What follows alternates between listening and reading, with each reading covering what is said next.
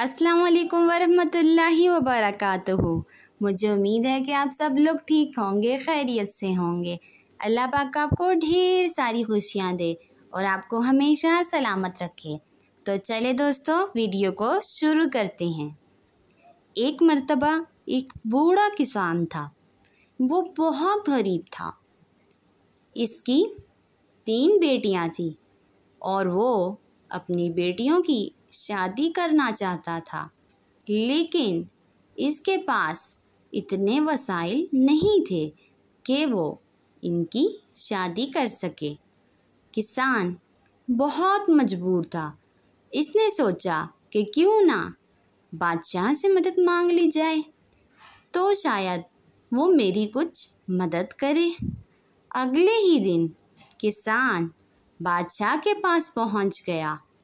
इसने बादशाह से मदद मांगी। बादशाह बहुत जालिम था। इसने इसकी मदद करने की बजाय उल्टा उसे अपने नौकरों को कहकर बाहर फेंकवा दिया। किसान बहुत रोया और इसने अल्लाह से मदद मांगी। कुछ दिनों में बादशाह के महल में चोर आ गए और उन्होंने बादशाह की तिजोरी से सारी नकदी और सोना लूट लिया। बादशाह को जब मालूम हुआ तो वो बौखलाहट का शिकार हो गया। चोरों ने चोरी करके शहर से फरार होने का सोचा। रास्ते में एक चोर से कुछ सोना रास्ते ही में गिर गया। उसी रात को जब बूढ़ा किसान मजदूरी करके वापस लौट रहा था, तो इसका गुज़र उसी रास्ते से हुआ जहाँ से चोर गुज़रे थे, जहाँ पर सोना गिरा हुआ था। किसान ने ज़मीन पर गिरा हुआ सोना देखा। किसान बहुत ईमानदार था। वो हमेशा सच का साथ देता था। इसने ज़ोर से आवाज़ लगाई कि शायद किसी का सोना गिर गया होगा, उसे मालूम नहीं हुआ होगा, तो मैं उसे दे दूँगा। किसान ने बहुत आवाज़ें लगाईं, लेकिन कोई ना आया।